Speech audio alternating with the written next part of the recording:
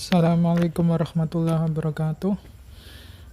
Kali ini saya Abdul Salam Masaid dan Ulia Balkis Eza akan mempresentasikan tentang luzumul wakfi wa adamu luzumihi, yaitu tentang mengikatnya akad wakaf atau tidak mengikatnya akad wakaf.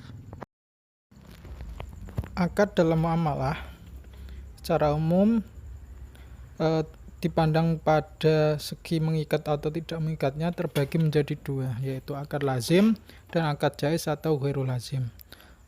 Akad lazim atau akad yang mengikat adalah akad yang jika sudah terjadi deal, sudah serah terima, maka akad tidak bisa dibatalkan lagi.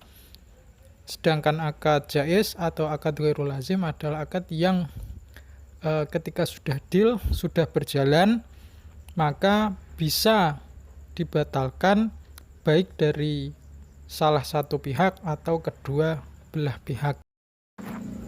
Berdasarkan pada lazim atau jaiznya suatu akad, maka dikategorikan dalam 3 pembagian.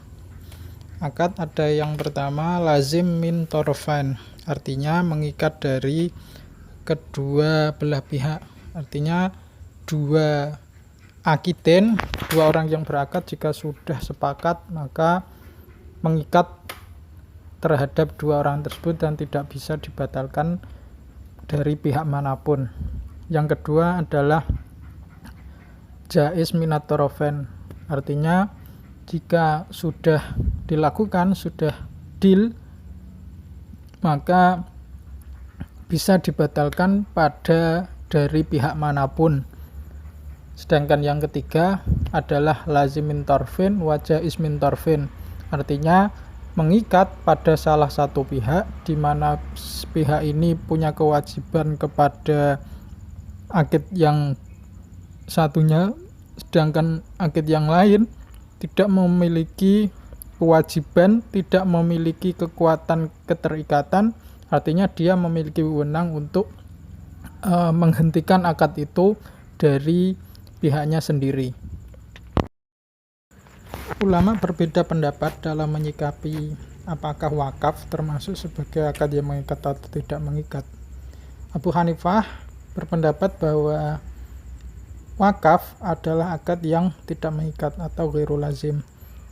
Menurut Abu Hanifah, wakaf bisa dicabut kembali selama si wakif masih hidup, tapi jika sudah meninggal maka tidak bisa.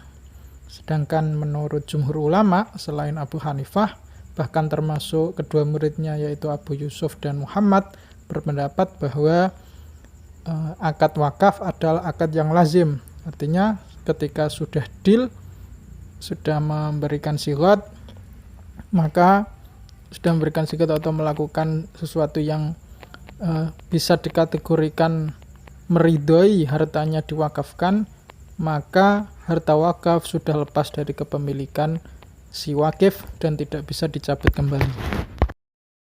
Ada beberapa dalil yang dipakai oleh Abu Hanifah. Yang pertama adalah hadis la habsa an faraidillah, tidak ada pengekangan dari bagian pasti yang telah ditentukan Allah. Hadis ini muncul adalah komentar Rasulullah setelah turunnya ayat waris, menegaskan bahwa harta-harta yang telah ditentukan yang termasuk dari furudul muqaddarah harus diberikan kepada ahli waris yang berhak. Menurut Abu Hanifah, faraidillah termasuk dari faraidillah atau harta yang ditentukan oleh Allah adalah harta waris yang termasuk furudul muqaddarah. Jika harta tersebut diwakafkan oleh si wakif, artinya harta tersebut ditahan atau dikekang dari ahli waris yang berhak mendapatkan harta tersebut. Maka menurut Abu Hanifah, wakaf tidak boleh mengekang harta yang sudah menjadi hak dari ahli waris tersebut. Jumhur ulama menganggap bahwa arahan Abu Hanifah dalam memahami hadis ini kurang tepat, karena yang dimaksud dari lahab sa'an faraidillah adalah tidak diperbolehkan menahan harta ahli waris yang jelas sudah menjadi hak ahli waris tersebut. Artinya memang jika harta tersebut sudah benar-benar hak milik ahli waris, bagiannya sudah jelas. Sedangkan dalil yang dipakai oleh jumhur ulama adalah hadis yang diriwayatkan dari Sayyidina Umar ketika beliau mendapatkan sebidang tanah dari tanah Khaybar setelah penaklukan Khaybar pada abad ke-7 Hijriah.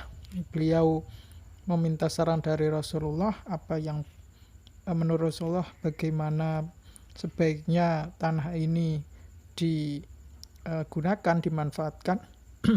Kemudian Rasulullah memberikan saran, insita habas ta'aslah wa tasaddaq tabiat, jika engkau mau kau bisa menahan asalnya atau tanahnya dan menyedekahkan hasilnya.